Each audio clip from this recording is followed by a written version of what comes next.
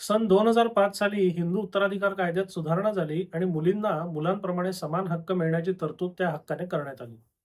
मात्र ही तरतूद करतानाच या सुधारणेनुसार वारसा हक्क मिळण्याकरता एक डेडलाईन निश्चित करण्यात आली होती. ती होती 20 डिसेंबर 2004. आणि 20 डिसेंबर 2004 पूर्वी ज्या काही गोष्टी झालेल्या असतील, वाटणी, हस्तांतरण इत्यादी झालेलं असेल, त्याला या नवीन हक्कांच्या आधारे आव्हान देता येणार नाही, असे एक सर्वसाधारण ती कायदेशीर तरतूद आहे. मात्र मध्यंतरी सर्वोच्च न्यायालयाने एक निकाल दिला आणि त्या निकालामध्ये असं म्हटलंय, की 2004 पूर्वीचं जरी वाटप किंवा विक्री वगैरे असेल, तर त्याला आव्हान देण्याची मोकळीक आता आहे. त्या निकालाची माहिती देणारा व्हिडिओ आपण काल परवामध्ये प्रदर्शित केला होता. तुम्ही जर अजून तो पाहिला नसेल, तर तो अवश्य बघा. आणि कोणतीही महत्त्वाची घटना, विशेषतः कायदेशीर घटना, एखादी कायदेशीर सुधारणा, एखादा महत्त्वाचा निकाल जेव्हा येतो, तेव्हा त्याच्यानंतर त्याच्याबद्दल समज कमी आणि गैरसमज जास्त पसरवले जातात किंवा पसरतात. आणि हे एकदा सुरू झालं ना, की यातनं एका खूप मोठ्या दुकानदारीला सुद्धा सुरुवात होते.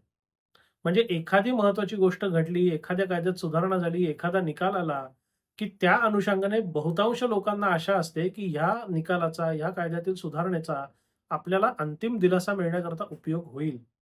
प्रत्यक्षात तसं असतं किंवा नसतं. पण लोकांना ही जी आशा निर्माण झालेली आहे, त्या आशेचा फायदा करून घेऊन आपली दुकानदारी चालवणारे या अशा संधीचा चिकार वेळा फायदा घेत असतात. म्हणजे प्रत्यक्षात त्या व्यक्तीला त्या निकालाचा किंवा त्या सुधारणेचा फायदा होणार असतो किंवा नसतो किंवा संदिग्धता असते. पण हे सगळं बाजूला ठेवून आज आपल्याकडे प्रकरण येतंय ना, आज तो माणूस फी द्यायला तयार आहे ना, आज त्याला आशा लागलेली आहे ना, त्याचा फायदा करून घ्या आणि पुढे व्हा. या वृत्तीने प्रत्येक मोठ्या कायदेशीर घटनेनंतर फार मोठ्या प्रमाणावर दुकानदारी सुरू होते. आणि ती दुकानदारी आता या निकालानंतर सुद्धा सुरू होईल किंबहुना झालेली आहे. कारण या निकालानंतर, या निकालाच्या व्हिडिओनंतर कितीतरी मेसेज, कितीतरी फोन, ईमेल वगैरे आमच्यापर्यंत आलं आणि ज्यात ते लोकांना असं वाटत होतं, की आता 2004 पूर्वीचं जे वाटप आहे ना, ते आता आपल्याला काही त्रास देणारच नाही किंवा तो आपल्याला आता अडसर ठरणारच नाही. कारण हा नवीन निकाल जो आलाय, त्याने पूर्वीच्या वाटपांचं सगळं अस्तित्वच संपवून टाकलेलं आहे. असा एक फार मोठा गैरसमज पसरलाय आणि तो जाणून-बुजून पसरवला जाईल. मग ह्या निकालाने नक्की झालंय काय? नक्की कशाला परवानगी दिली आहे, कशाला परवानगी नाही दिलेली, याचा खुलासा करण्याकरता हा स्वतंत्र आणि त्याच अनुषंगाने दुसरा एक व्हिडिओ आपण बनवत आहोत. आता पहिल्यांदा हा जो नवीन निकाल आला, त्याच्यात काय झालं होतं? तर वडिलांचं 6/3/1985 रोजी निधन झालं. त्याच्यानंतर त्याच्या वारसांनी मुलींना वगळून वारसांनी 6/9/85 रोजी वाटणी केली आणि ती वाटणी वडिलांच्या अंतिम इच्छेनुसार केली असं त्यांचं म्हणणं होतं. त्याच्यानंतर कालांतराने सन 2000 मध्ये नोंदणीकृत वाटणीपत्र करण्यात आलं. त्याच्यानंतर या मुलींनी वारसा हक्काकरता दावा दाखल केला. त्याच्यानंतर प्रतिवादींनी 2004 पूर्वीच वाटप झालंय, त्यामुळे हा दावा 7/11 वर निकाली काढा, असा पहिल्यांदा अर्ज केला. पहिला अर्ज न्यायालयांनी फेटाळला.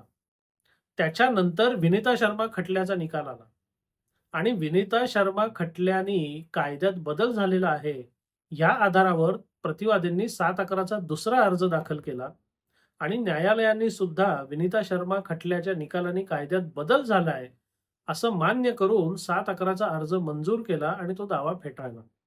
मग त्याच्या विरोधात हे सगळं प्रकरण सर्वोच्च न्यायालयामध्ये गेलं होतं. तर आता या सगळ्या प्रकरणाचं किंवा 7/11 अर्जाचं जे मूळ होतं ना, ते होतं विनिता शर्मा खटला आणि त्याचा निकाल. आता त्या निकालामध्ये सर्वोच्च न्यायालयाने काय म्हटलंय ते आपण बघूया. एक 3-4 महत्त्वाच्या गोष्टी आहेत. पहिला मुद्दा, सहहिस्सेदार हक्क हा जन्मतः प्राप्त होत असल्यामुळे 9 सप्टेंबर 2005 रोजी वडील हयात असणं आवश्यक नाही. म्हणजे ज्या पुरुषाचं निधन 9 सप्टेंबर 2005 पूर्वी झालं असेल, त्याच्या मुलींना सुद्धा वारसा हक्क मिळेल.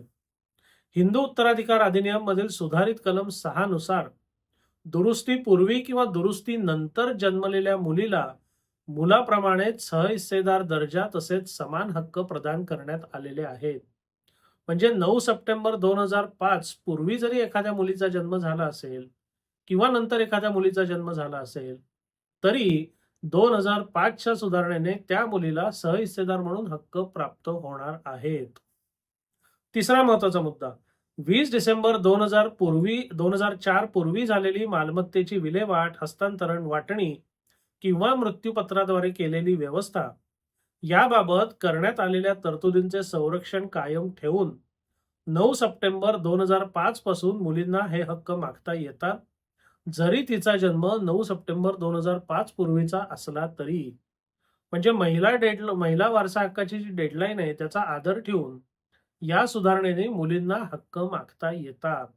आणि त्याच्या पूर्वीच्या वाटणी, हस्तांतरण वगैरे, मृत्यूपत्र वगैरे जे काही झालेलं असेल, त्याला या नव्या हक्काने बाधा येत नाही. पण याच्या पुढचं चौथं निरीक्षण बघा. हिंदू उत्तराधिकार कायद्यातील स्पष्टीकरणातील कठोर तरतुदींमुळे केवळ तोंडी वाटपाचा दावा स्वीकारता येणार नाही.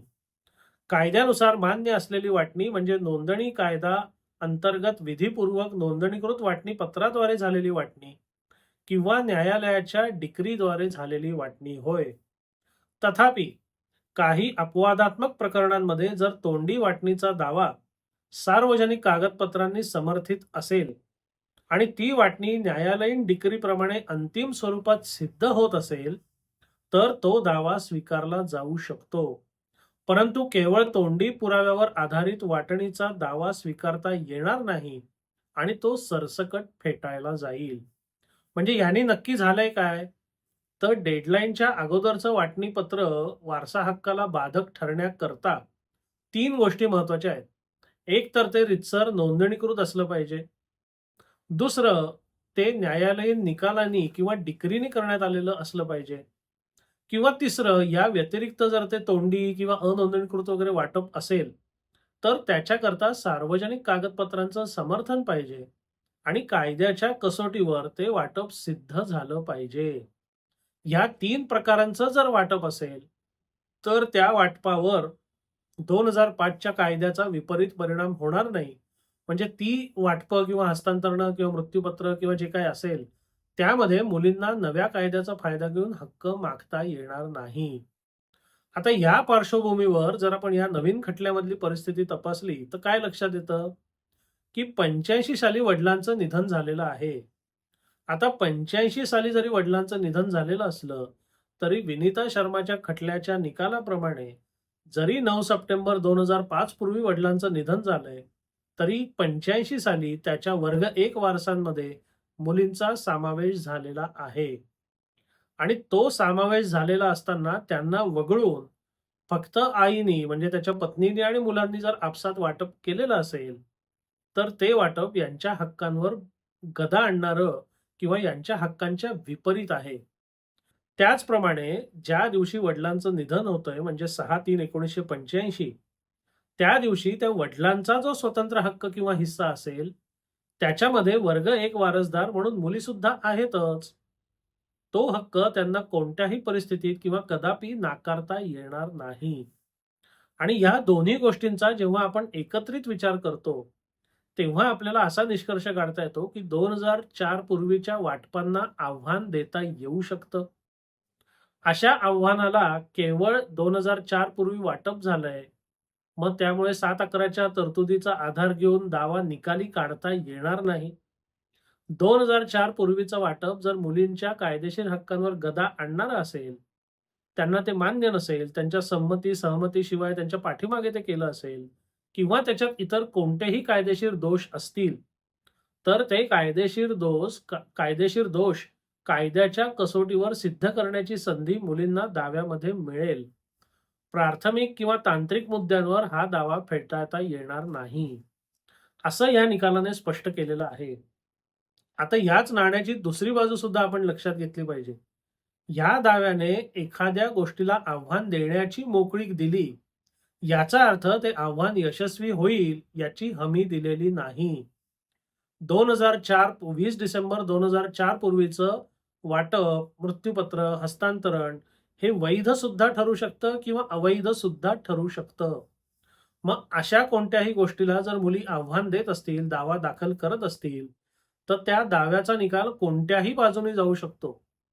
त्यांचं ते आव्हान यशस्वी सुद्धा ठरू शकतं, अयशस्वी सुद्धा ठरू शकतं. या सगळ्याचं भवितव्य कशावर अवलंबून आहे? तर ते 20 डिसेंबर 2004 पूर्वीचं जे वाटप झालेलं आहे, ते कायद्याच्या कसोटीवर टिकतं का टिकत नाही, याच्यावर त्या दाव्याचं आणि त्या आव्हानाचं भवितव्य अवलंबून असणार आहे. म्हणून इथून पुढे या कायद्याचा आधार घेऊन ज्या लोकांना दावा करायचा असेल, त्यांनी केवळ दावा करता येतो या एकाच गोष्टीवर लक्ष केंद्रित करू नका. केवळ दावा करता येतो, केवळ 7-11 अंतर्गत आपला दावा फेटाळला जाणार नाही, याचा अर्थ आपण दावा जिंकू किंवा निकाल आपल्याच बाजूने लागेल, असा विपरीत किंवा एकतर्फी अर्थ काढू नका. केवळ दावा करता येतो म्हणून दावा करायचा नसतो. जर दाव्यामध्ये यश येण्याची बऱ्यापैकी शक्यता असेल, यश येण्याची टक्केवारी आपली चांगली असेल, तर आणि तरच दावा करण्यात अर्थ असतो, असं किमान माझं वैयक्तिक मत आहे. म्हणून आता या निकालाने जे 7-11चा अडसर दूर केलेला आहे, दावा दाखल करायला, तो सुनावणीपर्यंत न्यायला एक प्रकारे मोकळीक दिलेली आहे. म्हणून दावा दाखल करायचा आणि सुनावणीपर्यंत न्यायचा असं होत नाही. ज्या लोकांना अशा परिस्थितीत दावा दाखल करायचा आहे, त्यांनी कायद्याच्या कसोटीवर आपलं प्रकरण, आपलं आव्हान आधी स्वतः तपासलं पाहिजे. आपण नक्की कशाला आव्हान देतोय? ज्याला आव्हान देतोय ते कायदेशीर आहे का बेकायदेशीर आहे? योग्य आहे का अयोग्य आहे? जरी ते अनोंदणीकृत वगैरे वाटप असेल, तर विनिता शर्मा खटल्यामध्ये जसं ते शेवटी म्हटलंय, तथापि काही अपवादात्मक प्रकरणांमध्ये जर तोंडी वाटपाचा दावा सार्वजनिक कागदपत्रांनी समर्थित असेल आणि ती वाटणी अंतिम स्वरूपात सिद्ध होत असेल, तर तो दावा स्वीकारला जाऊ शकतो. म्हणजे समजा तोंडी वाटप झालंय, तोंडी किंवा अनोंदणीकृत वाटप झालंय, त्याच्याप्रमाणे फेरफार पडलाय, त्याच्याप्रमाणे सातबारा झालाय, त्याच्याप्रमाणे वहिवाट आहे आणि हे सगळं सगळ्यांना मान्य आहे किंवा माहिती आहे. अशा परिस्थितीत केवळ त्याच्यात एक छोटीशी कायदेशीर त्रुटी आहे म्हणून दावा दाखल करून त्याच्यात यश येईल, असं किमान मला तरी वाटत नाही. म्हणून या सगळ्याचा मतितार्थ किंवा या सगळ्याचा गोषवारा जर सांगायचा झाला, तर महिला वारसा हक्काच्या डेडलाईन पूर्वीच्या वारसा हक्कांना आव्हान देण्याकरता या नवीन निकालाने मोकळीक दिलेली आहे. आणि मोकळीक देताना त्या दाव्यामध्ये जो 7-11चा अडसर होता, तो काही अंशी दूर केलेला आहे.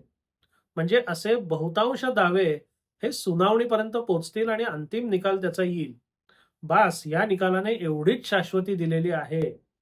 या निकालाने 2004 म्हणजे 20 डिसेंबर 2004 पूर्वीची सगळी वाटपपत्र रद्द ठरवलीत का? नाही. या निकालाच्या आधारे 2004 पूर्वीचं सगळ्या गोष्टी तुम्हाला कायद्याने पुसून टाकता येतील का? नाही. 2004 पूर्वी काहीही घडलं असलं तरी या निकालाचा फायदा घेऊन मुलींना आपले हक्क प्रस्थापित करता येतील का? तर नाही. या सगळ्या तिन्ही महत्त्वाच्या प्रश्नांची उत्तरं नाही अशी आहेत. म्हणजे दावा करण्याची मोकळीक आणि 7-11चा अडसर दूर करणं, या 2 महत्त्वाच्या गोष्टी या निकालाने झालेल्या आहेत. पण तुमचा दावा कायद्याच्या कसोटीवर सिद्ध करणं, ही जबाबदारी अजूनही कायम वादीवर ठेवलेली आहे. त्यामुळे केवळ कोणीतरी सांगतं म्हणून, केवळ कोणीतरी करतं म्हणून तुम्ही अशा, ज्याला आपण म्हणतो, की ज्याला काही पाया नाही, अशी प्रकरणं किंवा दावे दाखल करण्यापासून स्वतः वाचा.